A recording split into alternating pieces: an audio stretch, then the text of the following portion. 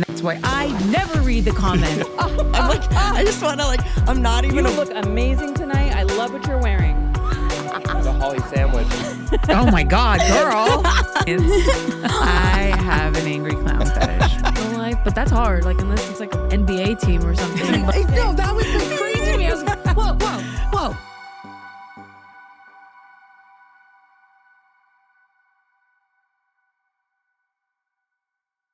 Hello, everyone. Welcome back to Holly Randall Unfiltered. Quick shout out to the people who make this show possible.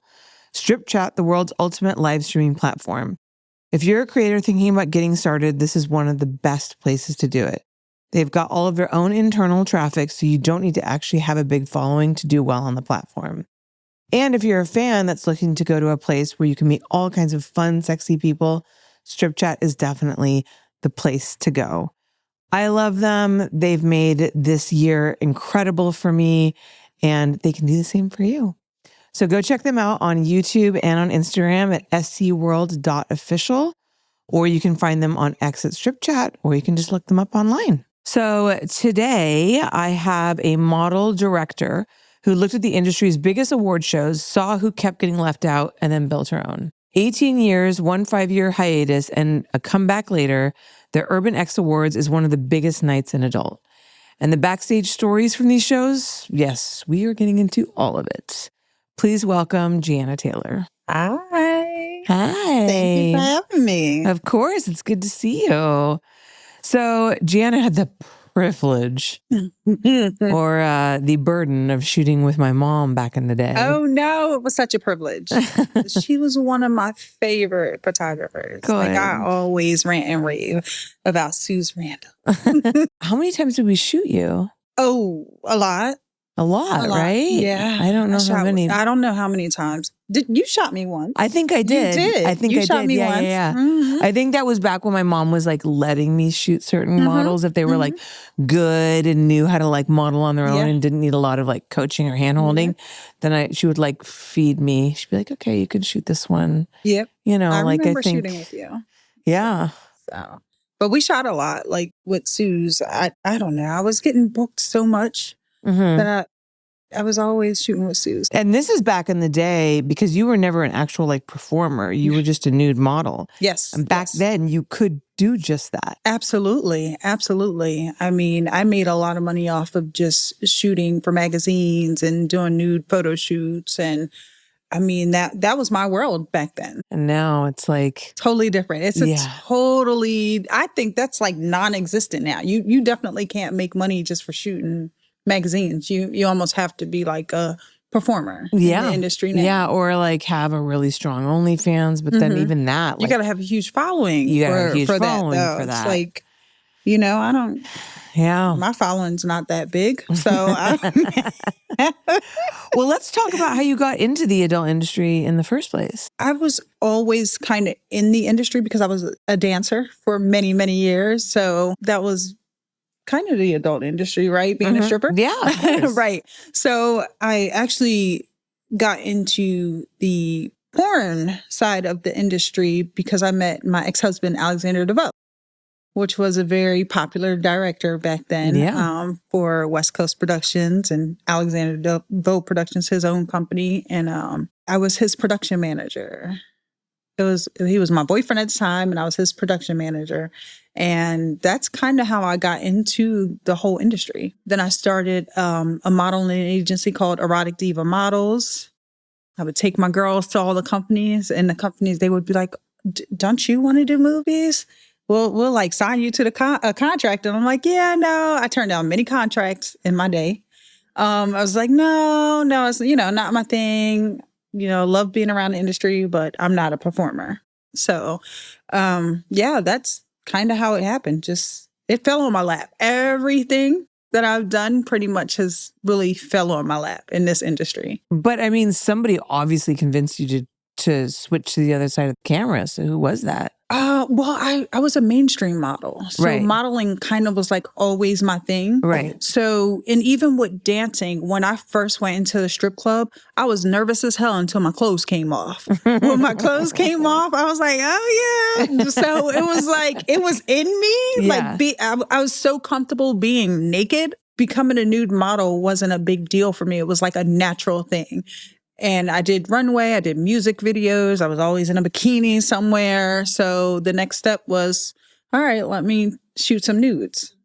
And I don't remember, I really don't remember like my first nude shoot at all. I don't remember how that came about. Do you remember your first like adult magazine shoot? I don't remember which one. I was published in so many. Yeah. Like, because back then you would shoot and they would sell it. So, like, I've shot with your mom and Scott Preston, and it was like a lot of photographers that I would shoot with. And then I'm in a store and I'm like, there goes Leg World, and I'm on the cover of it. Yeah, Like, yeah, you know yeah, what I yeah. mean? It's like, I'll walk, because that was a big thing. You go into the stores and all the magazines are there and you're looking at the magazines and it's like, damn, I'm in that one, I'm in that one, I'm in that one. Yeah. But it all came from, the shoots that we got paid to do. Right. And then they sold them. Yeah. So I have no idea what my first publication was, because there was so many of them and they all would come out like around the same time. I would just gather them up Do you still have them? in a box somewhere. Yeah. I do. Do you have a favorite? Like, was there a layout or like a magazine you got published in that you were really excited about? I know that there was a shoot I did with Suze.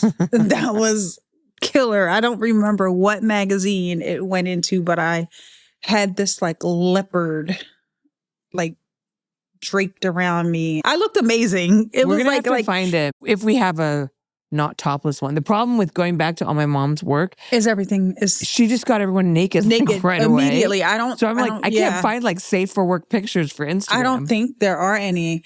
I just came across the Polaroids, the little they're in an envelope at my house, and I stuck them somewhere. I think I stuck them like in a drawer somewhere at my house. It was like all of my little Polaroids from back then, and I had a ton of Suze's. Yeah, yeah, it's little collectibles now. Yeah, it's so. Oh my gosh, looking back, I'm like, this was amazing. Like, that's great, and it's totally different now. Yeah, everything's different. Do you think it's better or? No. Okay. No, I love how we did things back in the day.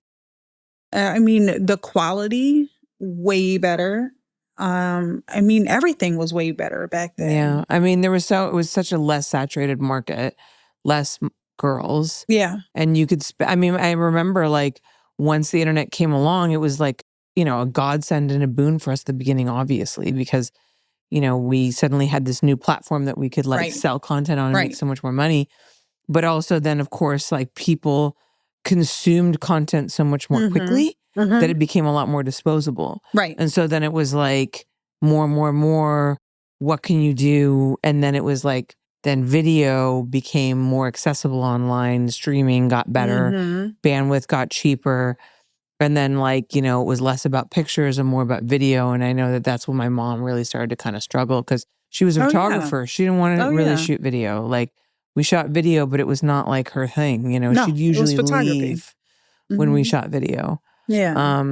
Just the industry changed so much and she didn't want to adapt. And so she was just kind of done. Because it's hard. It's a hard transition when that's what you've done for so long and you're so great at it, to transition into this new era. It's like, Because the thing is like with the advent of technology, everything's changing. Not only changing, but changing so fast.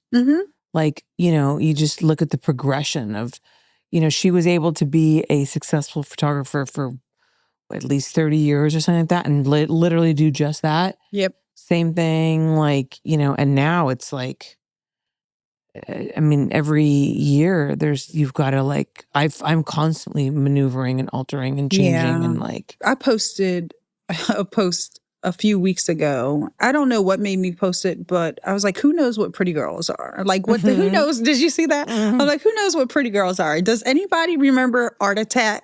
Does anybody remember what the dark room is? Like, you know what I mean? Just because it's like, those are memories from back when the industry was like really good and we had quality work. Now, honestly, I ask people to send me photos, professional photos. If you notice, I put that up a lot of times and I don't think people know what professional is anymore. I get selfies. I get pictures in a car. I get like everything besides professional photos. And I'm like, this is insane. Yeah. Because back in the day, every production took pretty girls. Yeah. So everyone had good photos. Now, people don't know what pretty girls are. No. It's like not and for those of you who don't actually know what pretty girls are, they're the like beautiful glamour photos that one takes usually like to accompany a movie or a production or something like that. But they're specifically high glamour, beautiful promo images of the talent. Because you got your makeup, your hair, your outfits. And then it was like, okay, let's do pretty girls. Can we just talk about your gripe about the professional photo thing for a second? Because I share this so deeply. I ask for pictures for my podcast, like I did with you. And same thing, I get selfies and all that kind of stuff. And I just want to say, like, if anyone out there is watching and you're a creator, you're thinking about becoming a creator, can you please, for the life, just do yourself a favor and get some good headshots. Not pictures of you and like neon mesh fucking lingerie doing like a reverse squat over a dildo. Like, can't use that. No nipples out. Just like headshots. Like I went to, who's actually my old assistant, and I'll give you his information, went and spent $500 to go get like nice headshots done. And I used them all the time. And he gave me like 6 different looks. They're beautiful and horizontal, vertical, different outfits, all very like obviously safe for work. Like, please get headshots. I swear to God, just next time you're on Mike Quasar's set, bring a turtleneck and get headshots. Tell him I said so. And I mean, I'm guilty of not having updated photos, but I'm not in front of the camera. Yeah. Like, even when I was like, oh, Lainey's like, did you fill out the form? And I'm like, oh, no, let me do it right now. And then I got to the part where it said a photo. I said, a photo of me.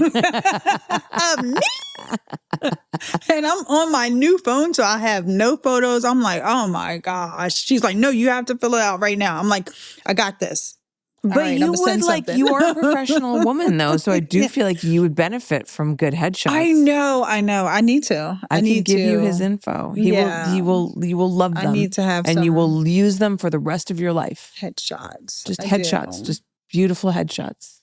So valuable. I can't tell you. They are. Can't tell you. They're very valuable. Yes. Okay. Let's talk about something maybe a little bit more interesting to people. Okay, so let's talk about your foray from modeling into directing. How did that happen? And how is directing different for you? Again, something that fell in my lap because I had my agency. I was always going into the companies and everything. And it helped that I was married to Alexander DeVoe, one of the great videographers and directors in the industry. So that was a push for me because everyone knew that if I was directing, then the photos were most likely coming from him. Yeah. You know what I mean? That's my photographer and my videographer. So I'm going to get amazing work. Right. I think it was Black Ice first. And Tony Sorrento, he made a joke about me directing. Really? And I was like, I would do it. Because I was on reality TV. I came off of reality TV and I was like, I would direct all reality like based stuff. That would be amazing. Yeah. And I was the director. Like a couple weeks later, like it was like, okay, we're going to give you a project to do. And I did Giana Taylor's Pussy Wagon through Black Ice. And everything that I did was geared towards reality, like All-Star Week Parties and Freaks, X-Rated Cribs. Like everything was more reality based since I had come off of a reality TV show. But it fell into my lap. It wasn't something I was looking for. It was just like, oh, well, since you won't get in front of the camera, will you do something behind the camera? And I was like, yeah, why not? So how was your first directing experience for you? And was it different than what you expected? It was pretty easy for me because I had already been a production assistant, production manager on set for so many years. And that's the thing too, is like when you're a director in porn, a lot of times you wear all those hats, right? Yeah. don't get like a whole staff of people doing everything for you. No, you do everything. Yeah. You do everything. Mhm. So I was doing just about everything besides holding the camera. Anyways, You know what I mean? right? Yeah. When I was directing for my ex-husband. So it was easy.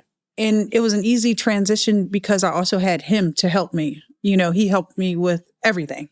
Everything that I didn't know, I learned from him. So yeah, it was easy for me. It was very easy. And I know back then it wasn't a lot of female directors.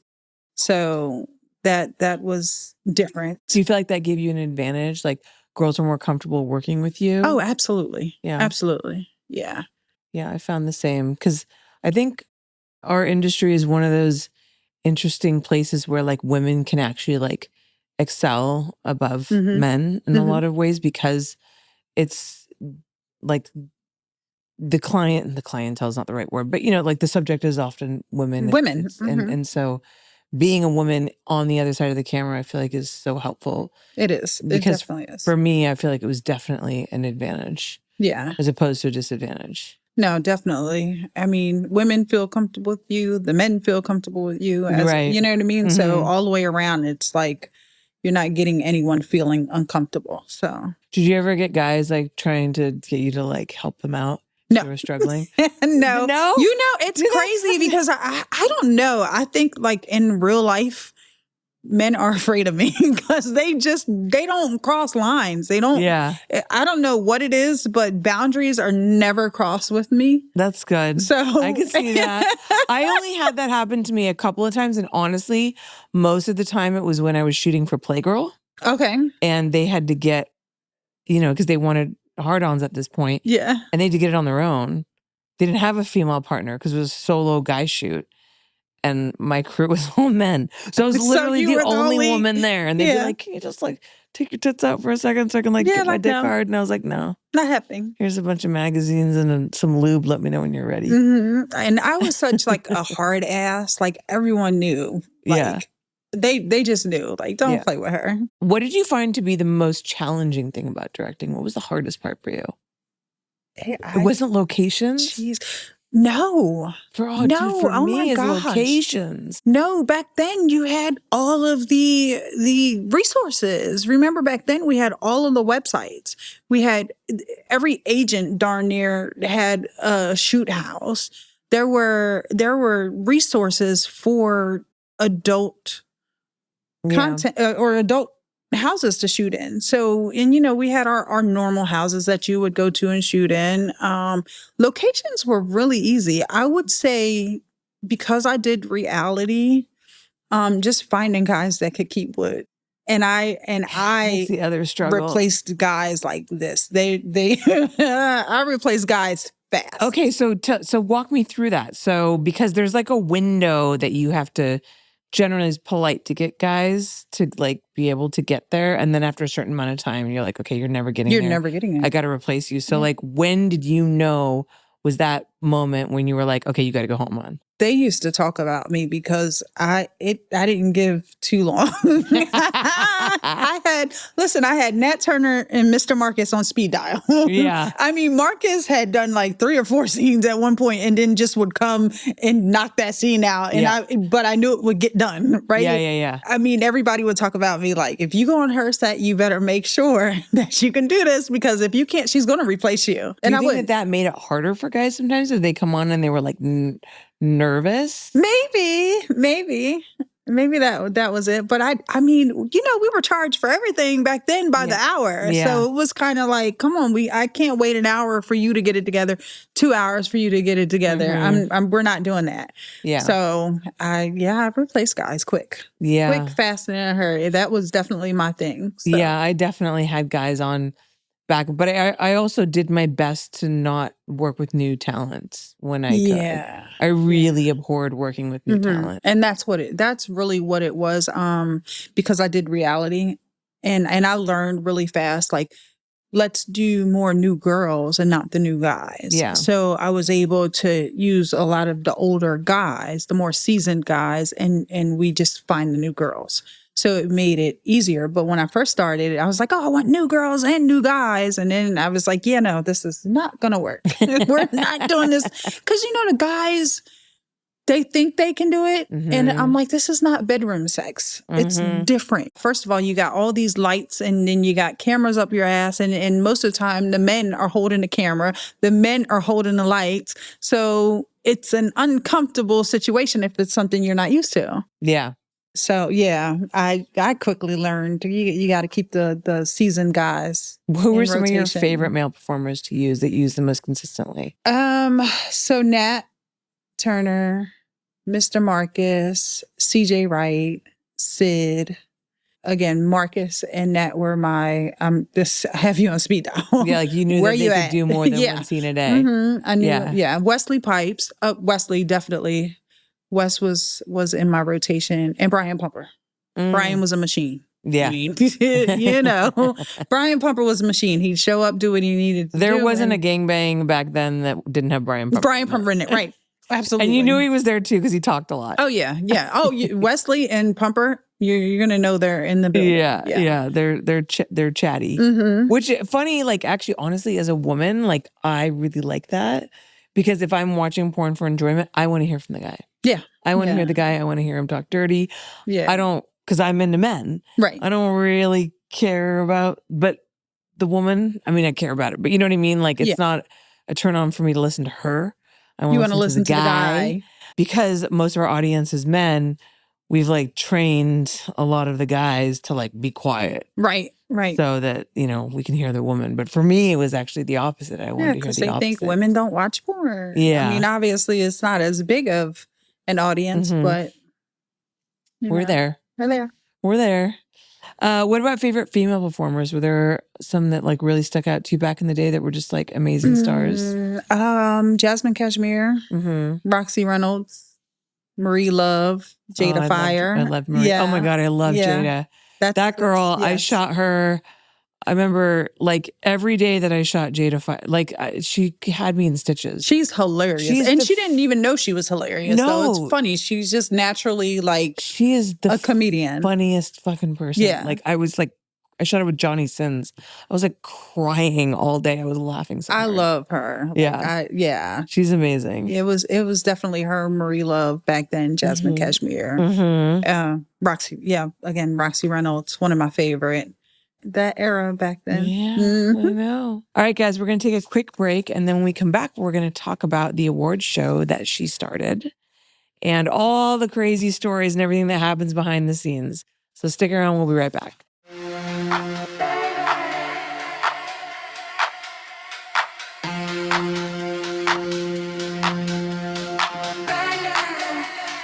Wanna get down, feel the bass hit my face. I wanna feel that big bass. I wanna feel that fat bass. I wanna feel it hit my face. Feel the bass hit my face.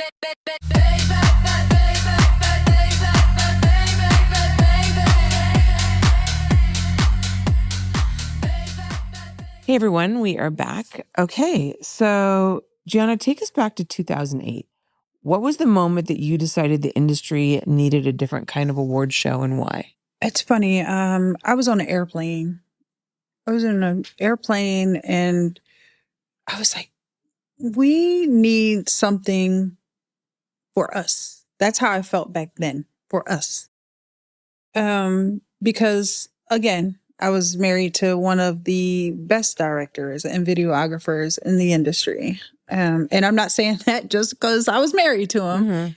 We're talking about a man that was nominated for, I think, like 10 AVNs at one point in one show. In 1 year? Yeah, 1 year. I think it was 10. It could have been more than that, honestly. But he got nominated for everything that he did. He was just great at what he did. And he would walk away with nothing all the time. And it was a lot of great talent out there that I would watch walk away with nothing. Like they didn't get recognized. And I was like, this isn't right. Like, you know what I mean? Like I've shot so many amazing talent performers and they don't get recognized in the industry. They get overlooked year after year after year. So I was like, I'm going to create a show for us. so that there's always a platform for us. And when I say us, that was the ethnic part of the industry, right? And that was my thought process when I created the show. But within that, I didn't want to create a show that left anyone out. I wanted to be an all-inclusive show. I didn't want anyone to feel the way that we felt, being felt left out or overlooked or not welcome. So although it was created to make sure that ethnic people in the industry had a platform, it was open to everyone. And that's the way it's always been. It's been open to everyone, even though it's Urban X Awards.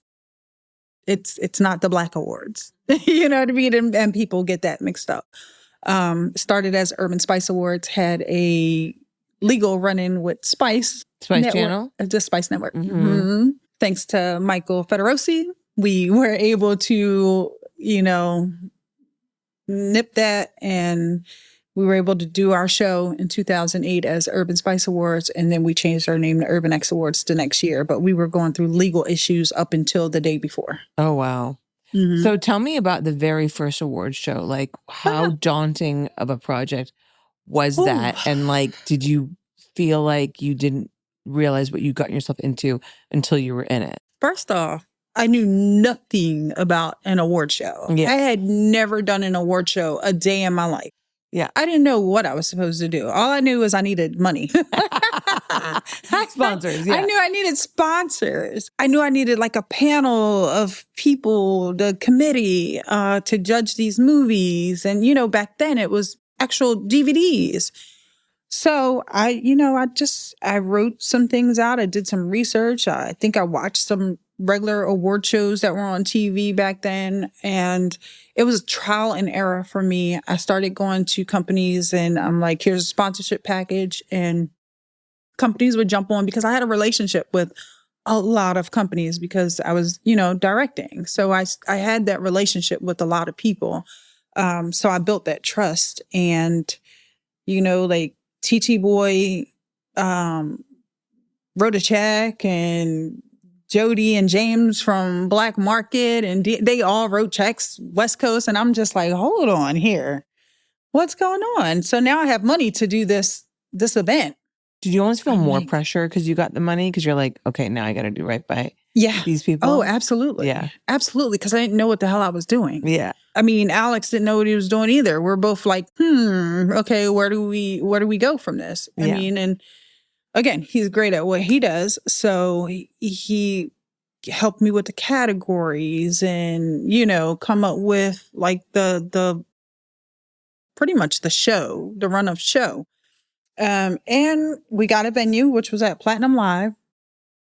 Terrified. I just didn't know anything. I was terrified. But we made it happen. Like the day of, my biggest fear, honestly, was no one was going to show up. Yeah.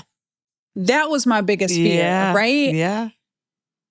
No one's going to show up to this thing, like besides my sponsors, because they put money out for it, right?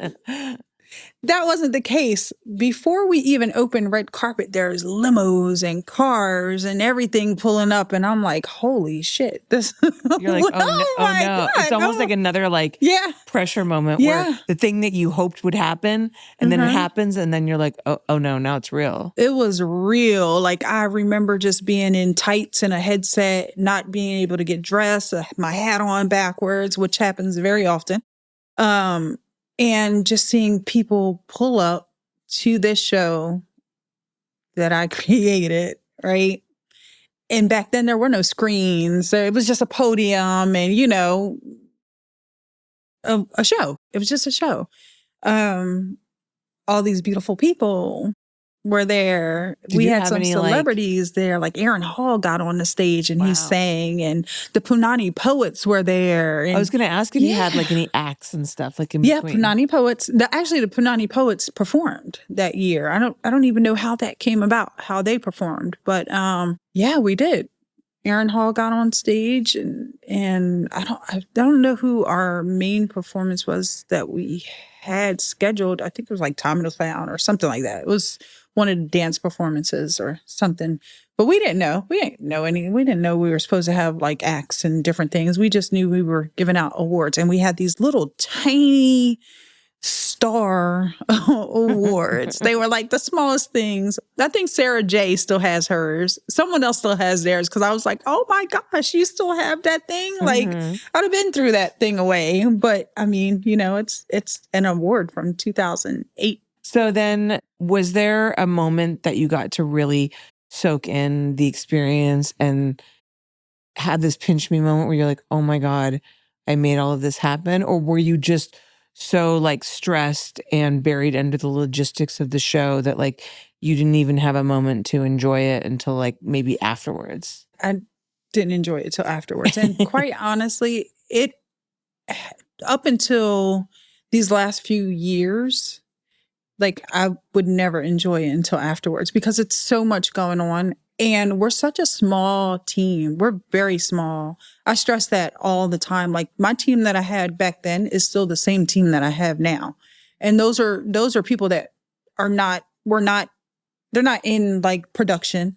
It's kind of like they grew with me, they learned with me, and we're still learning. So now I'm able to get dressed. Like, I'm dressed at the show, and I'm able to like look around and talk to people and walk around and see what I created. But that took damn near 20 years. So what changed? Did the people that work for you just learn how to like take their jobs on without you needing to micromanage? Or did you just sort of like let go of things and let yourself enjoy it? I think we all grew and learned together. So it made everyone's lives a lot easier, because back then everything was trial and error for us. We were learning as we went along. Every single year, it was like mistake after mistake after mistake. We're learning, and we see growth every single year. So now it's gotten to the point where it's like, okay, well, we did this last year, so let's repeat it. You know what I mean? This was great. We didn't have any problems with this, so let's repeat it. So I think all of us just have this format now that allows all of us to actually be able to just chill for a little bit and look at what we've created. Actually be able to enjoy the moment. To enjoy the moment. Yeah. Do you remember, was there one year that was like the most stressful year? Was there like an Urban X Awards that like almost didn't happen because of some... Oh gosh. Yes. We lost the venue several. Or something. That's our MO. We lose a venue all the time. And I don't know what it is, but hell, always there. And we have this running joke within the team.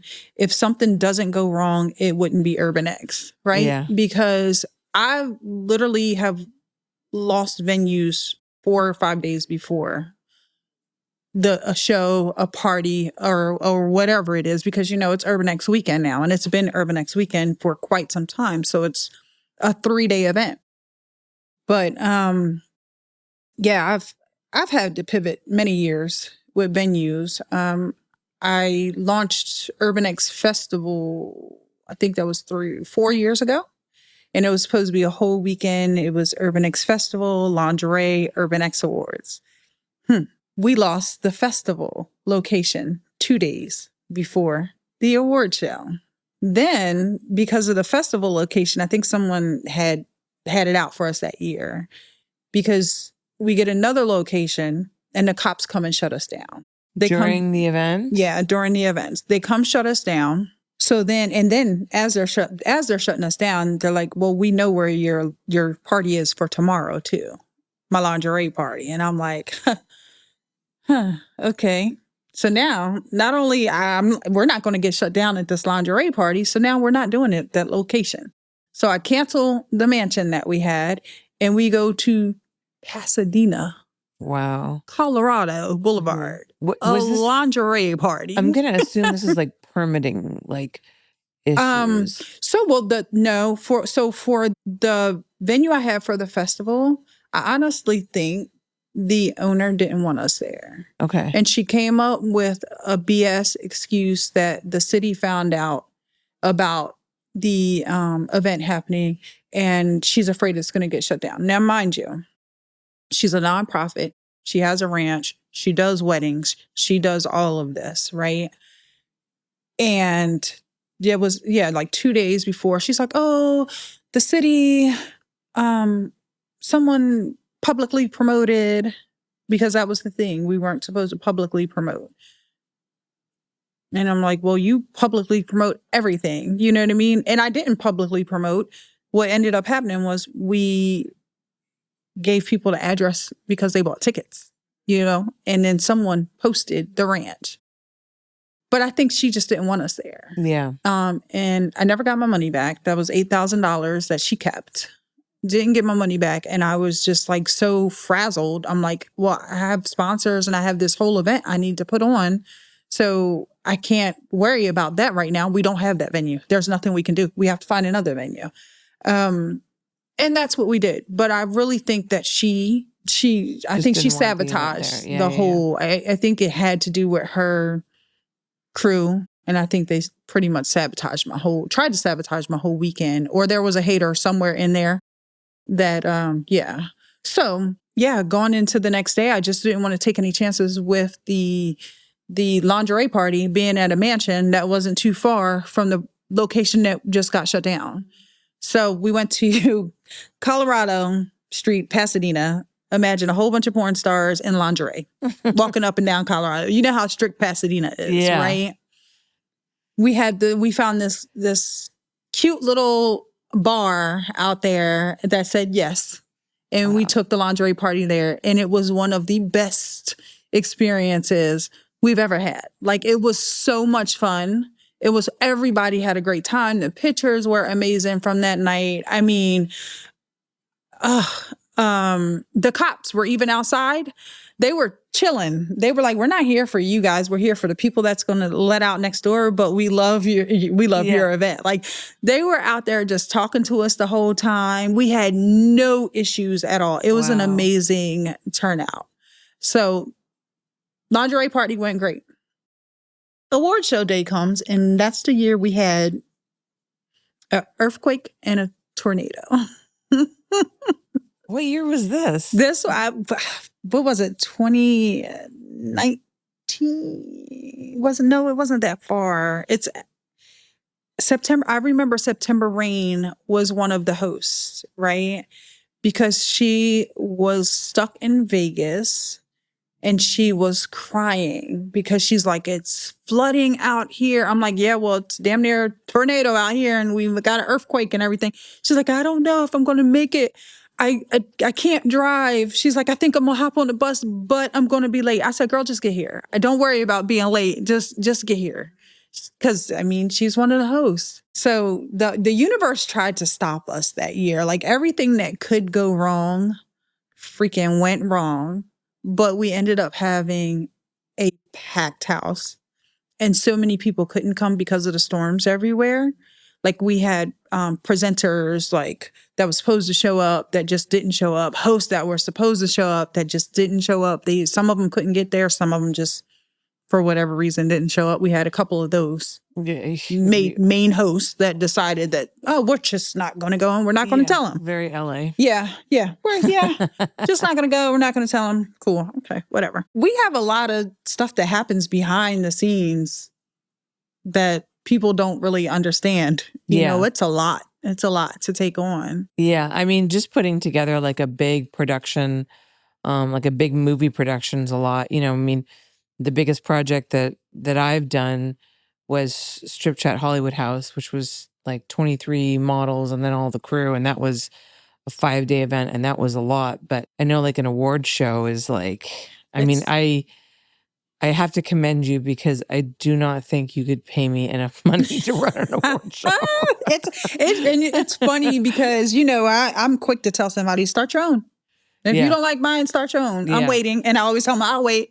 Because you're not going to do it. It's a lot of work, a lot. And then to add 2 days before that, to add parties before that, it's like nonstop. What made you decide to make it like a whole weekend thing as opposed to just awards?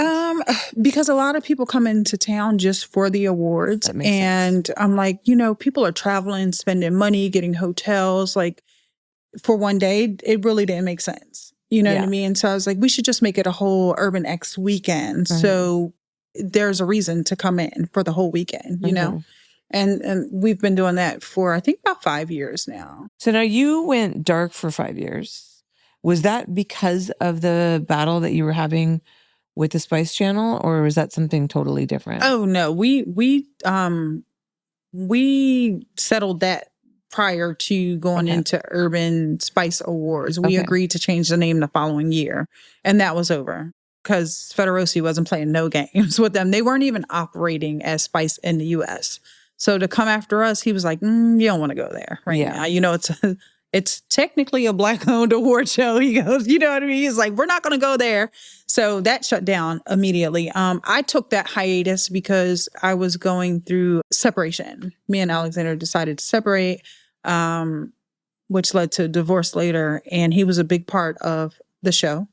And mentally, I couldn't do it. So I actually gave him the show.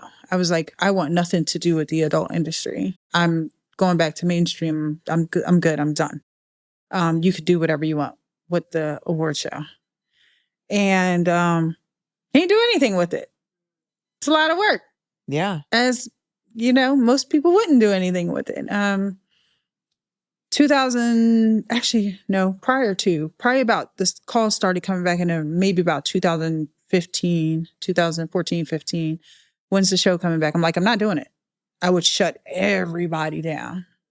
Just wasn't in the space. I wasn't in the right mental space. I didn't have the capacity to do it. 2017, Roxy Reynolds called. She said, what up, cuz? You know, Roxy.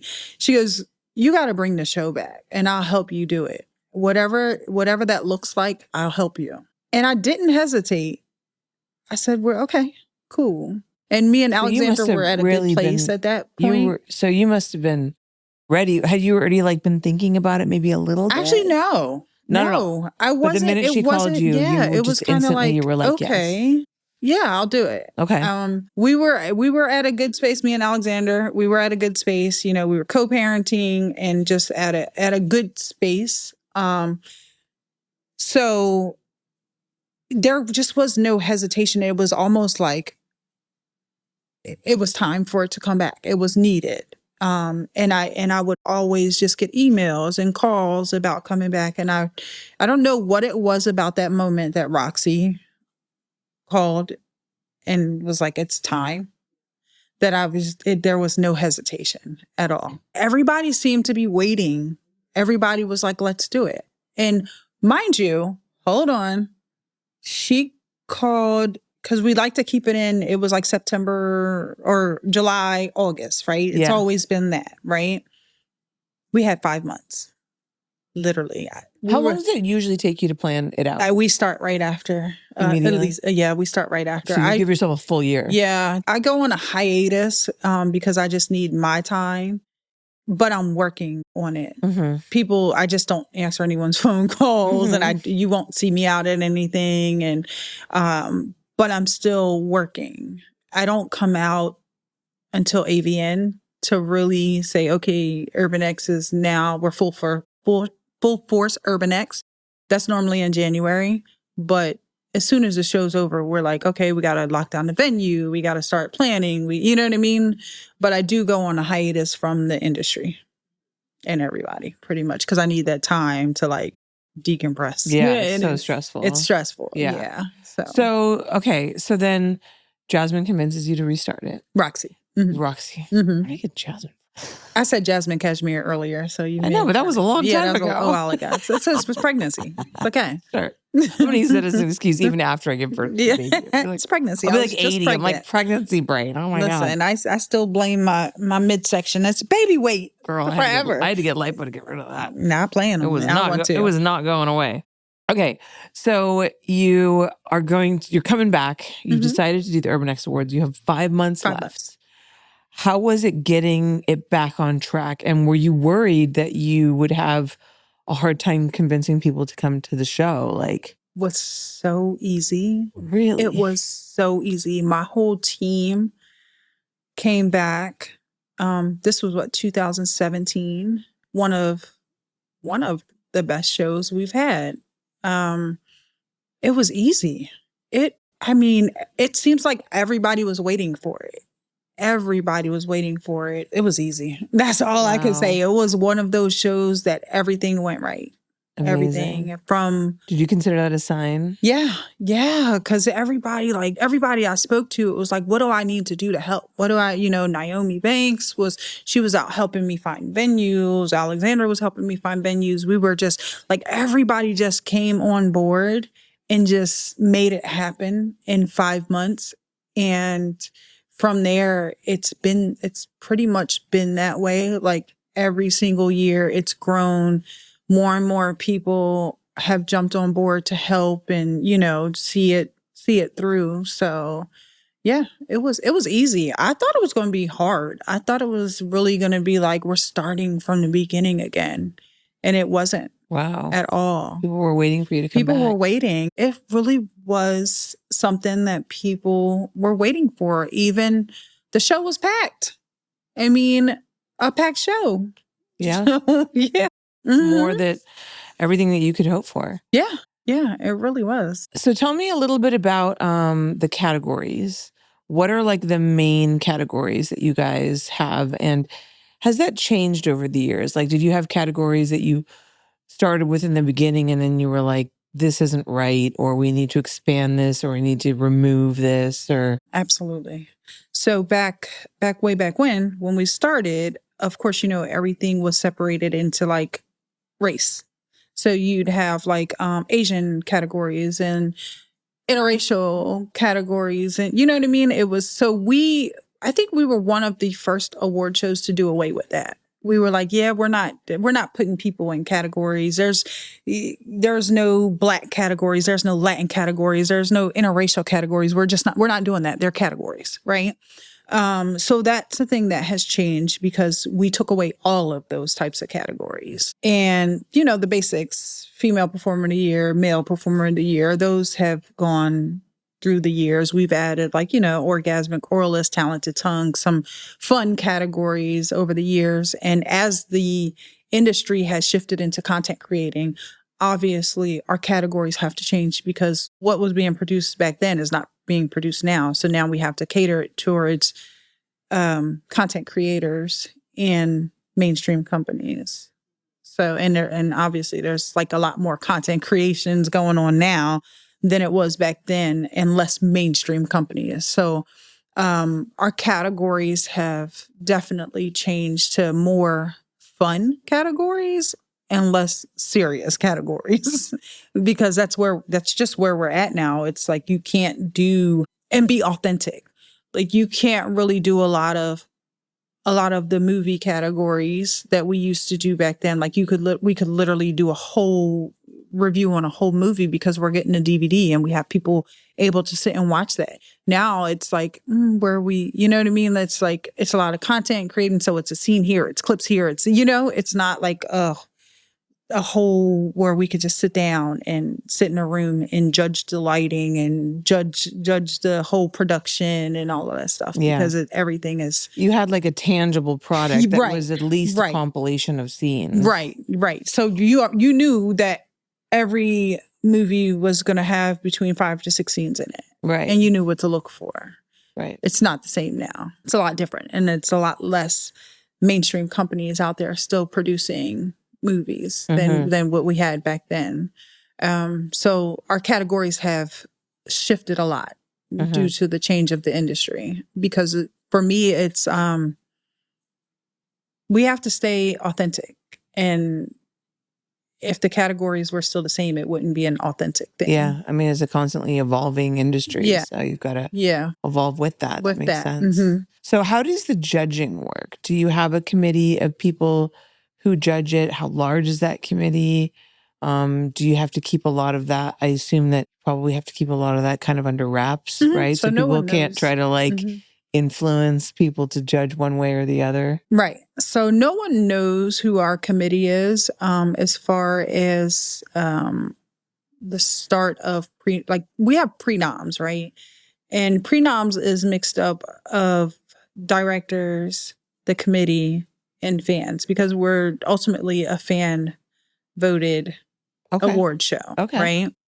The start of it, though, we have about 2 months. I think it's March to May, where we're doing pre-noms. So directors, your peers, your fans, they can submit you for categories. And then we have a research season where the committee has to sit down and we have to research to make sure those people even qualify for certain categories. It's a mixture of the committee, directors, fans, and industry professionals until you get to the voting.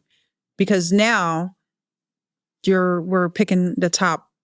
Now we're top 10. We used to be like 16, and it's just way too many people in a category because we have 70 something categories, and it's like 16 people in each category is insane. Yeah. And we've also learned over the years, because you can't show 16 people on a screen, that a lot of people are disappointed. You know what I mean? Like, we've had people crying and upset with us because they didn't see their picture on the screen and not understanding how this works. Every category doesn't go up. We have 70 to 80 categories. Only 21 have been going up on stage. This year, I put 24 up on stage just because I want a lot more people to see their images on stage. We went from having 5 nominees on stage to having 8 this year because I want people to see themselves on stage. You know what I mean? Because a lot of people would be so upset that, oh, my picture didn't go on stage. Oh, I came here and my name was in a winner's scroll. You know what I mean? And I mean, that's what it is. There's no award show that puts every single category on stage. There's winner scrolls. So the winner is voted by the fans. So we'll have our top 10 to 12 in each category now. And that's fan voting. They have I think we did 2 months or a month and a half. And they have to push their voting out to their fans, and their fans vote. So you'll see me on Instagram and on Twitter or X saying participation is key. You know, you got to participate because everyone thinks their fans are super fans and they're just going to go out and vote for them. And, oh, I have 1 million followers, and they think that their fans are going to vote. But then someone that has 4,000 followers ends up winning. Why? Because that one person had 4,000 followers. They're campaigning every single day. They're doing the work. And another thing I noticed is a lot of talent puts the work off on their publicist or their agent. Your publicist doesn't have your following. And your publicist is everyone else's publicist too. Yeah. So your publicist is out here campaigning for you and everyone else that's nominated. Yeah. So there's always a lot of upset people and they don't understand, well, how did I not win? Well, it's fan voted and you didn't take the time to tell your fans to vote. Mm-hmm. You left it in your publicist and your manager's hands, which is doing the same thing for everybody else. So your committee helps with the pre-noms, narrows it down, but early. Then the ultimate voting is fan voting. Mm-hmm. Yeah. Interesting. Yeah. Has there been any like big upsets where you were like, sure that one person would win one year and then like shocked when somebody else did? Yeah, I've seen it quite often actually. And it changes. And it changes so fast. And I saw it even this year. I'm like, holy shit. Like, whoa, I didn't expect that one. Yeah. It's funny because I don't know half of these people. I don't have a personal relationship with a lot of these people. Every year at the award show, I'm literally just meeting some of the winners or some of the nominees because I don't know them. So it's never a personal thing. Like, it literally is a very authentic award show. Like, it's not, oh, that's my best friend, or I've known this person for years, or that person sponsored. We always get, oh, well, that person must have sponsored. And I'm like, well, that person never sponsored. You know what I mean? And, you know, or we'll have a sponsor that's sponsored for, I don't know how many years and had never won an award before because you can't buy the awards. You know what I mean? So it's like, yeah, you can't. No, you can't buy it Urban X. Sorry, I'm sticking my eyes. No, you can't buy it Urban X. You can sponsor an award and the award to be sponsored by your company. But that doesn't mean you're going to win it. But you can give it away. You can pay to give it away to somebody else. Well, yeah, you can pay to present it and give it away to someone else. There Absolutely. You go. Okay, that feels so much more generous. Amazing. Well, thank you so much, Gianna, for coming on and telling us all about everything that happens behind the scenes at an awards show. We've actually never interviewed somebody about this particular topic. Really? No. We're the best. Yeah. Yeah. We break a lot of barriers, so thank you. This is another one. So I think it'll be really interesting for a lot of people. All right. So Gianna, can you tell everyone where they can find more information on the Urban X Awards and when it is? Absolutely. It is August 14th through 16th, 2026, of course. In downtown Los Angeles, we have 2 of our events, and 1 event is in Tarzana. And you can find out all information on urbanxweekend.com, which is our website. Twitter, I say Twitter. I can't do this X thing. It's okay. Everyone says Twitter. Our Twitter is Urban X Awards, and Instagram is the Urban X Awards. But all information always goes to the website. Can fans buy tickets to attend, or is it industry only? Yes, fans can buy tickets to attend. We don't have a whole lot of fans that attend, but we do. It's been growing over the years, and I like to keep it where it's minimum fans because we have minimum issues, and everyone, it's like people invite people, so ultimately there are fans in there because other people from the industry are inviting their friends and family, and those people may be fans, but we know that we're not going to have any issues. And we haven't. We've never had any issues at Urban X Awards with anyone feeling disrespected or, the guys out of control because they think it's porn stars and they can do whatever they want to do. Yeah. So we try to keep it industry based, but it is open to fans. So if you're a fan and you want to go, keep your hands to your fucking self. Be respectful. Yes. Go buy tickets and enjoy being on the inside of an adult award show, and go cheer on your favorite star and have a great time. Have a great time, and you will have fun. All the fans that have come, they come back and they have an amazing time. I'm sure. They do. I'm sure. They do. All right. Well, thank you so much again for coming on. Thank you. Thanks for having me. Of course. And thank you guys so much for watching. If you're watching this on YouTube, please make sure that you like and subscribe. If you're listening to this on any audio podcast platforms, please leave us a review. It really helps me get up in the ratings. And of course, if you want to get access to these live streamed as well as the bonus Q&As that we do with our guests, I have some questions for Gianna from my Patreon members here, which we'll do in a separate segment. You can go to patreon.com/Holly Randall Unfiltered to support the show, as well as get fun extra bonus content. You can go to hollylinks.com for access to all of my platforms.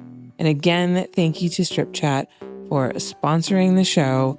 We appreciate you so much. And I will see you guys next week.